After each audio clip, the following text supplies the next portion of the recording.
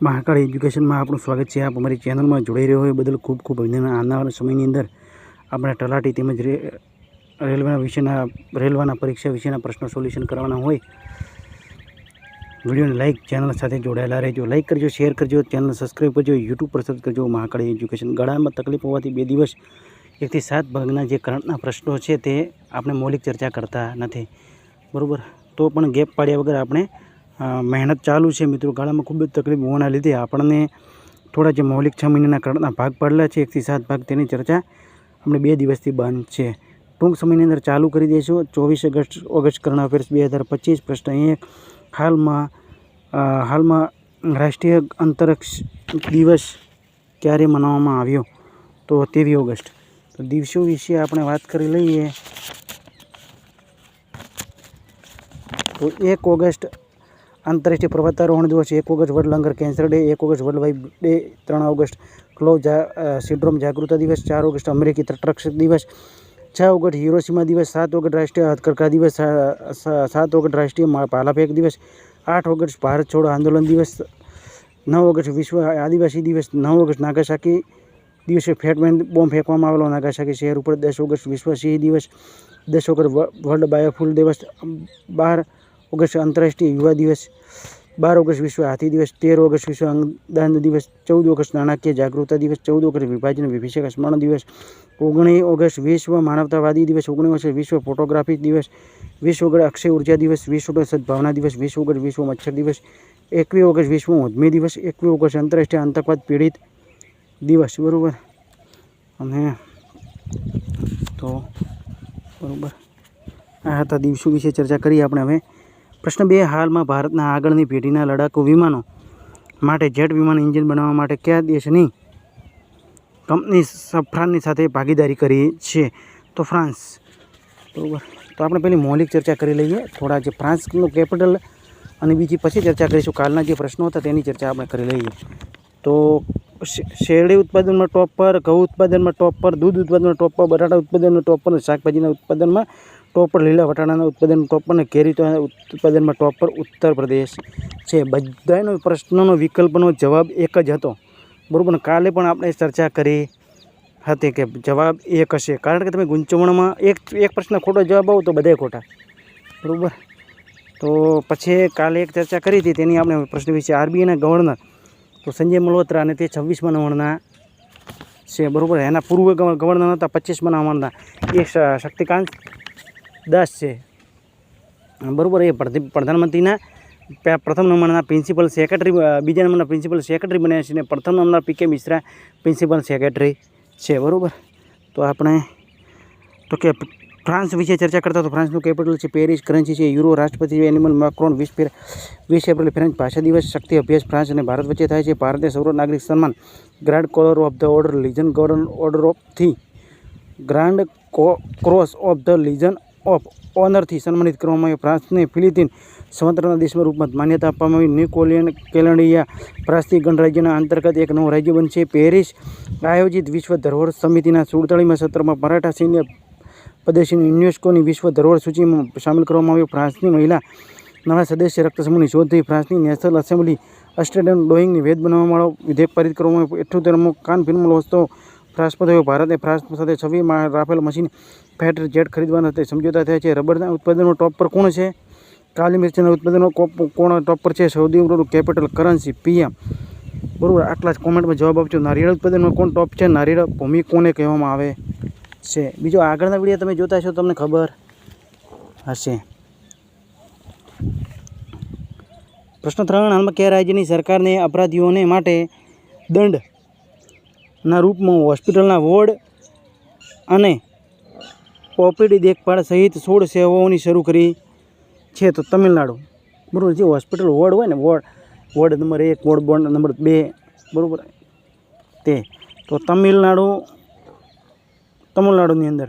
તો તમિલનાડુનું કેપિટલ છે ચેન્નઈ, CM છે M.K. સ્ટાલિન, રાજ્યપાલ છે R. N. રવિ, લોકસભાની 39, રાજ્યસભાની 18, વિધાનસભાની 234. મિત્રો, અમુક વિદ્યાર્થીઓને કહેવું હતું કે તે જે રાજ્યનો પ્રશ્ન હોય તે રાજ્ય વિશે લોકસભા વિધાનસભાની સીટોની મૌલિક ચર્ચા કરો. રાજકીય પક્ષી છે નીલગિરી તાહાર, થિરુવથુરઈ મહોત્સવ મનાવવામાં આવ્યો। જમ્મુ કાશ્મીરની અંદર તમિલનાડુની અંદર લવિંગનું સૌથી વધારે ઉત્પાદન રહે છે તમિલનાડુ છે। Mukurthi national park, Mudumalai national park, Indira Gandhi national park, ગિડીનીલી નેશનલ પાર્ક, મન્નારાની ખાડી નેશનલ પાર્ક, તમિલનાડુમાં દિવસ બરાબર આટલા નેશનલ પાર્કો આવેલા છે। તમિલનાડુ દિવસ 18 જુલાઈ મનાવવામાં છે। 18 જુલાઈ 1969માં તમિલનાડુની મદ્રાસના નામે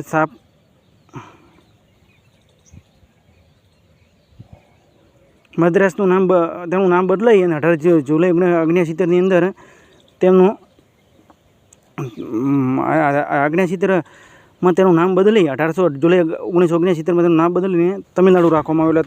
તમિલનાડુ દિવસ મનાવવામાં આવે। તમિલનાડુ સ્થાપના દિવસ મદ્રાસના નામે 1 નવેમ્બર 1956ની અંદર સ્થાપના થઈ હતી એટલે તમિલનાડુ સ્થાપના દિવસ 1 નવેમ્બર 1956માં થઈ હોવાથી 1 નવેમ્બરે તમિલનાડુ દિવસ મનાવવામાં આવે છે। જલ્લીકટ્ટુ આયોજિત કરવામાં આવ્યું। જલ્લીકટ્ટુ એટલે એ છે જે આંકલાઓને કાબૂમાં અને બળદોને કાબૂમાં રાખવાનો એક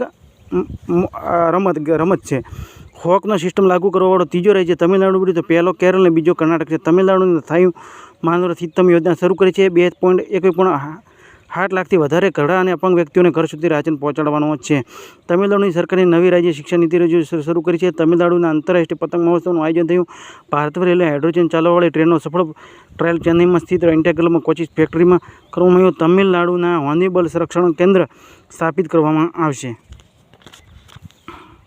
ભ્રષ્ટાચાર હાલમાં લોર્ડ સ્વરાજ પોલનું નિધન 84 વર્ષની ઉંમરે નિધન થયું છે। તેઓ કોણ હતા?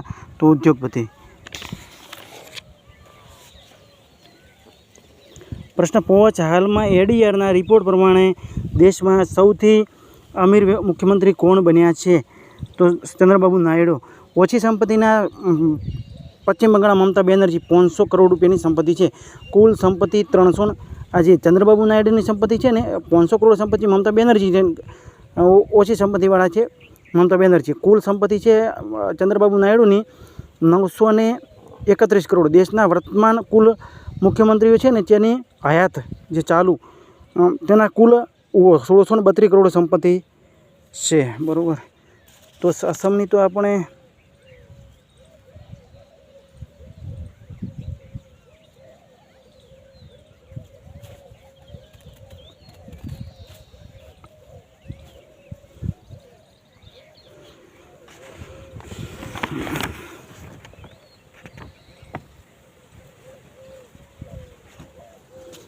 અસમની કાલે જ આપણે ચર્ચા કરી હતી પણ તોય મને એવું લાગતું છે કે ચર્ચા કરી હોત તો હા સારું હતું।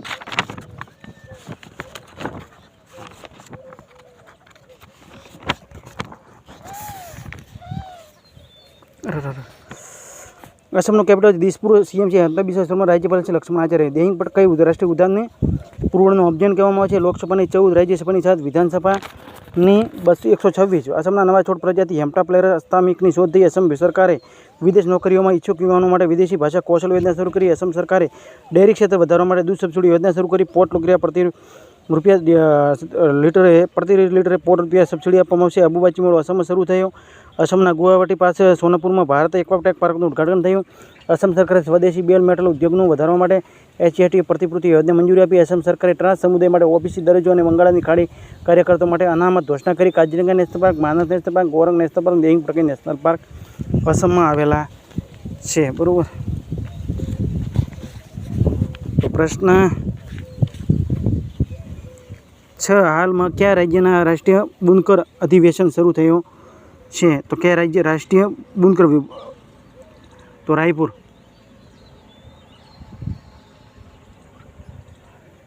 પ્રશ્ન 7 હાલમાં વિશ્વ પ્રતિસ્પર્ધાત્મક રેન્કિંગ 2025માં કોણ ટોપ પર છે? સ્વિટ્ઝરલેન્ડ। ભારત 2024માં 39 સ્થાન પર હતું ને હાલમાં 79 દેશોમાંથી 41 સ્થાન પર છે બરાબર। કેપિટલ છે બર્ન, કરન્સી છે સ્વિસ બેંક અને રાષ્ટ્રપતિ છે કેરિન કેલર સ્ટારર। પ્રશ્ન 8 હાલમાં કયા ભારતીય દૂતાવાસમાં હિન્દી સાહિત્ય ઉત્સવનું આયોજન કરવામાં આવ્યું છે? નેપાળ।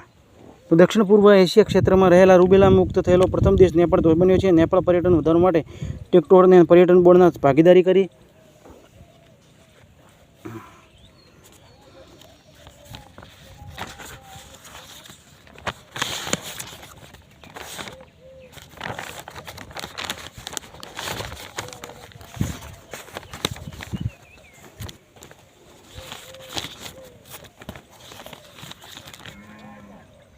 नेपाळનું કેપિટલ છે કાઠમાંડુ, કરન્સી નેપાળી રૂપિયા, PM છે MK સ્ટાલિન અને રાષ્ટ્રપતિ છે ચામચંદ્ર પોંડેલ, સૂર્યકિરણ નેપાળ અને ભારત વચ્ચે અભ્યાસ થાય છે. લાકા શેરપા 10 વખત મહિલાઓની અંદર માઉન્ટ એવરેસ્ટ પર ચડાઈ કરીને રેકોર્ડ બનાવ્યો છે. કામિરીતા શેરપા 31 વખત માઉન્ટ એવરેસ્ટ પર ચડાઈ કરીને રેકોર્ડ બનાવ્યો છે, તે પુરુષમાં છે. નેપાળ પર્યટનને વધારવા માટે પર્વતારોહીઓને 57 વખત હિમાલય ચોટીઓ પર નિઃશુલ્ક ચડાઈ કરવાની રજૂઆત કરી. નેપાળી ગાય જાત્રા તહેવાર મનાવવામાં આવ્યો. નેપાળમાં ગાથેમંગલમ ઉત્સવ ખૂબ ધૂમધામથી મનાવવામાં. નેપાળ પર્વતારોહી કામિરીતાએ 31 વખત માઉન્ટ એવરેસ્ટ ચડાઈ કરી છે. નેપાળમાં ગાલા ગ્લેશિયર મૃત ઘોષિત કરવામાં આવ્યો. બિમસ્ટેક કૃષિ મંત્રીઓનો ત્રીજો સંમેલન નેપાળમાં થયો. નેપાળના રાષ્ટ્ર બેંકના કાર્યવાહક ગવર્નર નીલમ દુગાનાને નિયુક્ત કરવામાં આવે છે. આંતરરાષ્ટ્રીય પશ્મિના મહોત્સવ નેપાળમાં આયોજિત કરવામાં આવેલો છે.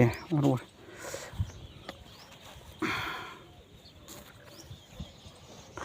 તો પ્રશ્ન 9, હાલમાં કયા મારબત ઉત્સવ પૂર્વ હર્ષોલ્લાસની સાથે મનાવ્યો? નાગપુર. પ્રશ્ન 10, હાલમાં જસ્ટિસ ડિનાઇડ જસ્ટિસ લોસ્ટ નામની પુસ્તક કોને લખી છે?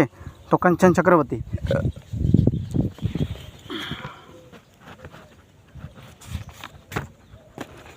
તો DY ચંદ્રચૂડની પુસ્તક ધ વે કોન્સ્ટિટ્યુશન મેટર, કાર કૌશિક દ્વારા ધ રાઇઝ ઓફ ધ રિટમેન, સગાટા Srinivas Raju the conscious network, the Vishwaroop Roy Chaudhary green gold, the neem pharmacy Rao Madhav, તો the new the century of the global order and India VS Ravi, confession of the Shakespeare edit Jagdish Shukla, the billion butterflies life in climate and chaos theory, history that India ignored Prem Prakash અને the stars light the way Sucheta રાજ ખન્ના. બરાબર. આટલા દ્વારા પુસ્તકો લખવામાં આવેલી છે. બરાબર. તો પ્રશ્ન 11, હાલમાં પ્રધાનમંત્રી મોદીને સેમિકોન ઇન્ડિયા 2025નું ઉદ્ઘાટન ક્યાં કરશે? તો ન્યૂ દિલ્હી. પ્રશ્ન 12, હાલમાં કોને AIBD કાર્યકરના બોર્ડના અધ્યક્ષમાં પસંદગી કરવામાં આવી છે?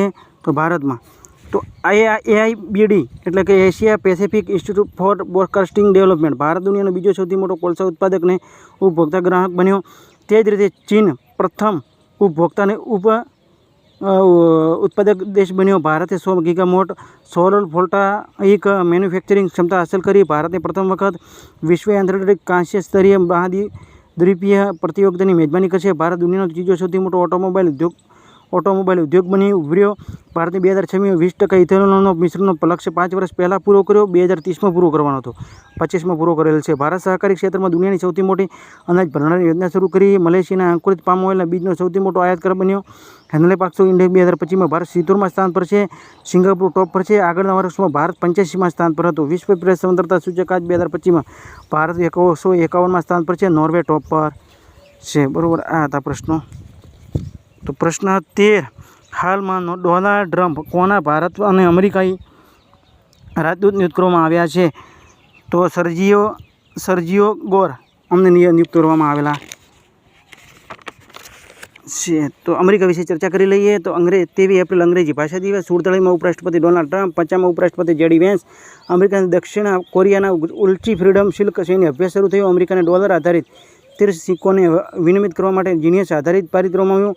અમેરિકા યુનેસ્કોથી બહાર થયો. WHOથી અમેરિકા બહાર થયો. અમેરિકાની સેના માટે અપાચે અટેક હેલિકોપ્ટર પ્રથમ ખેંચ યુએસને મળી. અમેરિકા પહલગામના આતંકવાદી હુમલાથી દોષી TRP વિદેશી સમૂહ આતંકવાદી સમૂહ ઘોષિત કર્યું. અમેરિકાએ દેશને બલુચિસ્તાનને લિબરેશન આર્મીને વિદેશી આતંકવાદી સમૂહ ઘોષિત કર્યું. ગ્લોબલ યુનિકોર્ન ઇન્ડેક્સ 2025માં અમેરિકા ટોપ પર છે. America food and drug administration HIVની રોકથામ માટે એક નવી દવા લેનાકેપાવરની મંજૂરી આપી છે. પ્રશ્ન 14, હાલમાં કઈ બેંકના MSME માટે ઉત્કૃષ્ટતા કેન્દ્રની કેન્દ્ર શરૂ કરવામાં આવ્યો છે? તો SBI.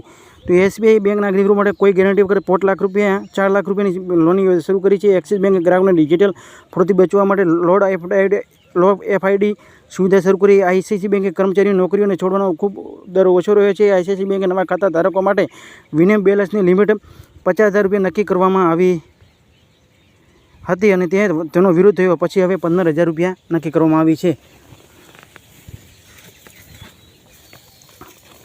પ્રશ્ન 15, હાલમાં ખેલો ઇન્ડિયા ખડ જેલ મહોત્સવ કોણ ટોપ પર રહ્યું છે? તો મધ્યપ્રદેશ. તો મધ્યપ્રદેશ ટોપ પર રહ્યું છે. તો મધ્યપ્રદેશનું કેપિટલ છે ભોપાલમાં. રાજ્યપાલ છે મગુભાઈ સી પટેલ. રાજ્યપાલ છે મોહન યાદવને. તો બીજા પર કેરળ છે.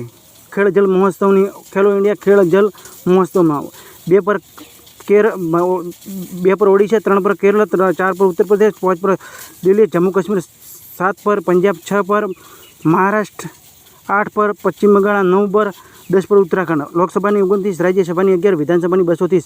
ચણા, સોયાબીન, લસણ અને અરહર તિલહનમાં સાનપા મધ્યપ્રદેશ ટોપ છે. હીરા, મેંગનીઝ, તાંબા, ડોલોમાઇટ જેવા ખનિજો મધ્યપ્રદેશ ટોપ પર છે. પશ્ચિમ રેલવે મધ્યપ્રદેશ 155 વર્ષ જૂની લાઇન હેરિટેજ ટ્રેન શરૂ કરી છે. હિન્દી MBBS કરવાવાળા પ્રથમ મેડિકલ કોલેજ જબલપુરમાં ખોલવામાં આવશે. મધ્યપ્રદેશ સરકારે બેરોજગાર યુવાનો માટે માસિક સહાયતા શરૂ કરી છે. ભારતની સૌથી દુર્લભ સંસળગઢ જંગલી બિલાડી કેરાકલને મધ્યપ્રદેશની ગાંધીસાગર વન્યજીવ અભયારણ્ય જોવા મળી છે. 20 વર્ષ પછી જોવા મળી છે. વન્યજીવ જસ્ટિસ સંજીવ સચવેદા મધ્યપ્રદેશ હાઈકોર્ટના મુખ્ય ન્યાયાધીશ નિયુક્ત કરવામાં આવ્યા છે. ઉજ્જૈનનો એક નવો આકાશવાણી કેન્દ્ર બનશે. હાલમાં કયા રાજ્યની સરકારે પ્રવાસી શ્રમિકોને પાછા લાવવા માટે શ્રમી યોજના શરૂ કરી છે? તો પશ્ચિમ બંગાળ. પ્રશ્નો તમારા માટે છે. હાલમાં કોણ ભારતના પ્રથમ પૂર્વ ડિજિટલ સાક્ષર રાજ્ય ઘોષિત કરવામાં આવ્યું છે? તો ગોવા, કેરળ, મધ્યપ્રદેશ કે ગુજરાત? બરાબર, આટલા છે. લાઈક કરજો, શેર કરજો, કોમેન્ટ કરજો. ભૂલ કે મિસ્ટેકની કોમેન્ટ ખાસ કરીને કરજો. આ સાથે ફરી મળીશું નવા વિડીયો સાથે.